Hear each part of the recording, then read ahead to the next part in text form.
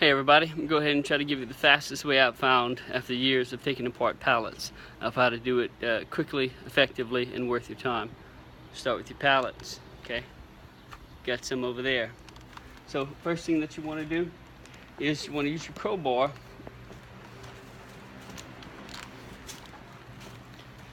You want to get it in between each of these. Just give it one good hard pop with the hammer, pop, and you get about a millimeter of space in between there.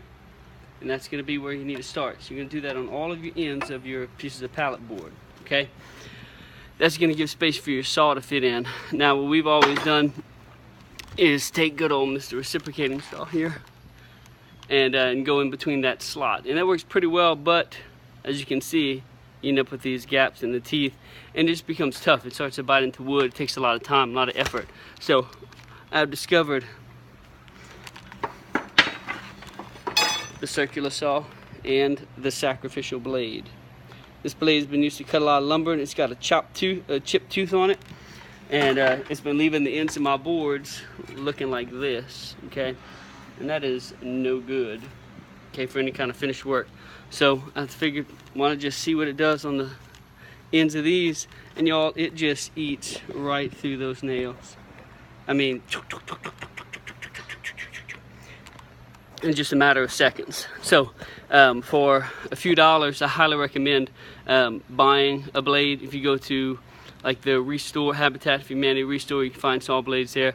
Buy a used one, get on a powerful circular saw, and just go to town. And then what you do, you step on the middle on these boards that are separated. You step on them after you get the end off, and it gives you a gap. And then that's where you're going to use your reciprocating saw to get down in between there and pop them off. You can save yourself hours and hours of time doing this, okay?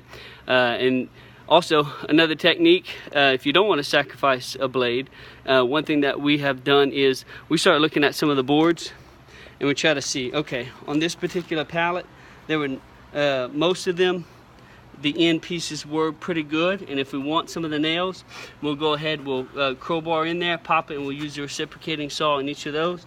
But if you have other ones, like here, where we had a bunch of split ones all the way through, or maybe the end pieces were broken from where the nails were, what we do is we just take the circular saw and we just cut that end off. So you have to figure for your clientele, your job, do you need those rusty nails in there?